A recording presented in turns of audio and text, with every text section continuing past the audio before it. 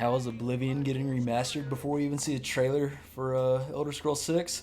That doesn't just sound wrong, it feels wrong, but there's a reason, and once you understand it, you won't really look at modern games the same way again. So let's do the math, okay? Morrowind came out in 2002, Oblivion came out in 2006, Skyrim came out in 2011, and now, waiting on Elder Scrolls 6, we're pushing 15 years and still nothing. So if you're wondering what happened, the answer is actually really simple. Games didn't just get bigger, they became impossible for developers to finish the old way they were doing it. So back then, developers made games for one machine.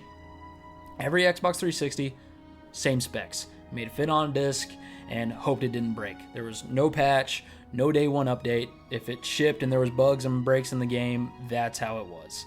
Now you're building for 1,000 hardware combinations, PCs, consoles, old GPUs, Steam Decks, cloud services, and players expect everything to run absolutely perfectly across all these different devices and have 200 hours of quests and like gameplay, and they want it to be like the final game they ever have to play.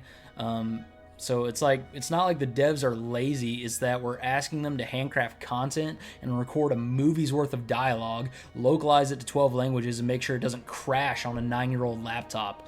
But if you're still wondering why your favorite game is getting delayed, it's not mismanagement, it's survival. They can't build something like Skyrim with 2006 tools. Like, you just can't do it.